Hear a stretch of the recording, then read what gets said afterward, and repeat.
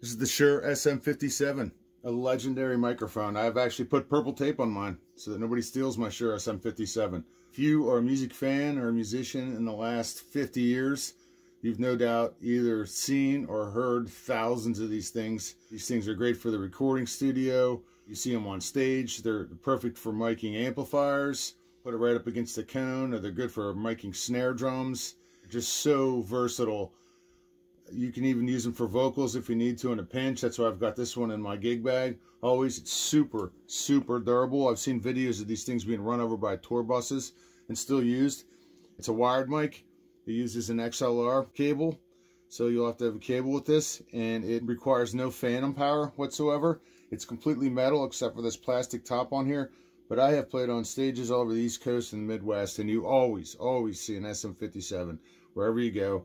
It's an amazing, durable, iconic microphone that stood the test of time. It'll take almost any type of abuse whatsoever. It's just a great thing to have in your gig bag, in your studio. If you're a sound guy, you probably already have 10 of these. And I love my Shure. Who doesn't love their Shure SM57? It's a great product by a great company. His name is just synonymous with quality. Shure SM57.